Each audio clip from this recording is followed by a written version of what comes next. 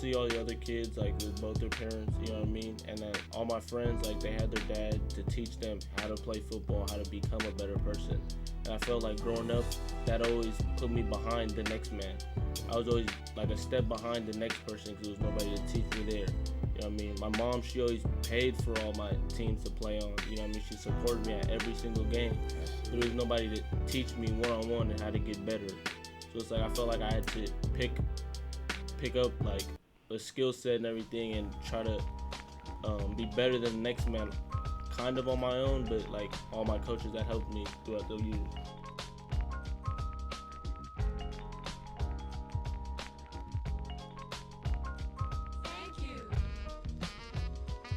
Salute. Now let's rewind the clock. 18 years. Damari was already here, right? Yep. And you had a lot of things going on. We'll start with some of the good, but go into the bad and where it led to. Well, some of the good was I had got a scholarship to go to San Jose State, and unfortunately, when I went down to state, they didn't give none of us a chance. From freshmen to incoming freshmen, they didn't give none of us a chance. They had their team already. So, in doing so, you know, San Francisco was not that far.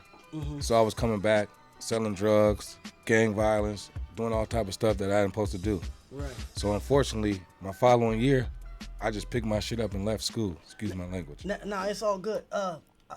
When you were 17 years old, I don't want to touch pain, but something happened that kind of like spent everything. Well, what spent everything was at 17, my sister died. You know, my sister was my mother, my father, she was my everything. You know, my mother was on drugs for 28 years of my life. So she was my mother. She was my backbone. And when she died, I had to become a man all over again.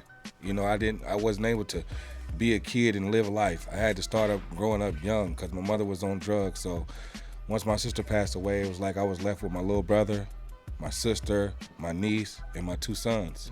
You know, well, actually, Damari wasn't born. He was going to be born.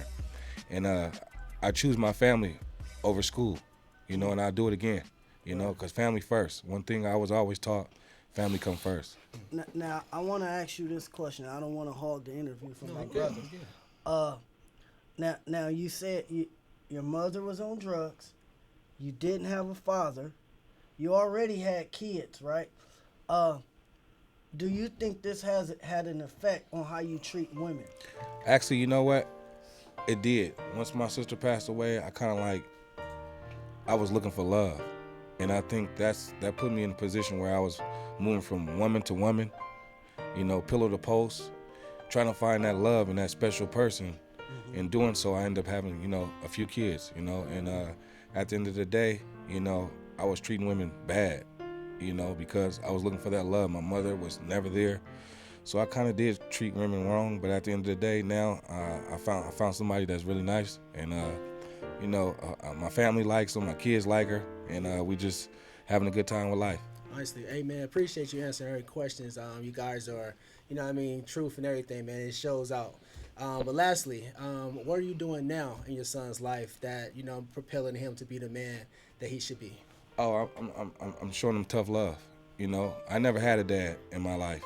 And I met my dad one time. I think I was like 14 years old. And I met him for like a couple hours. Never knew him again. So I always told myself I'm gonna be a better dad than he was. So what I do now, I stay focused on my kids. I spend more time with them.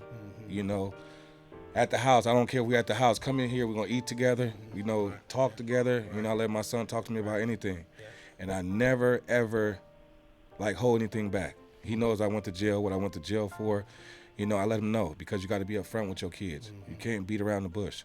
So I just spend more focus and more time with my kids, you know, and just be there for them. Yeah, that's big. Yeah. A lot of times as parents, we talk at our kids, but we don't talk to our kids. Right. Amen. You know what I mean? Right. We need to learn, like I had to learn that. We Right. had to talk to our kids and have them to talk back to us. Right. Instead of it being a one-way conversation. Yeah. So,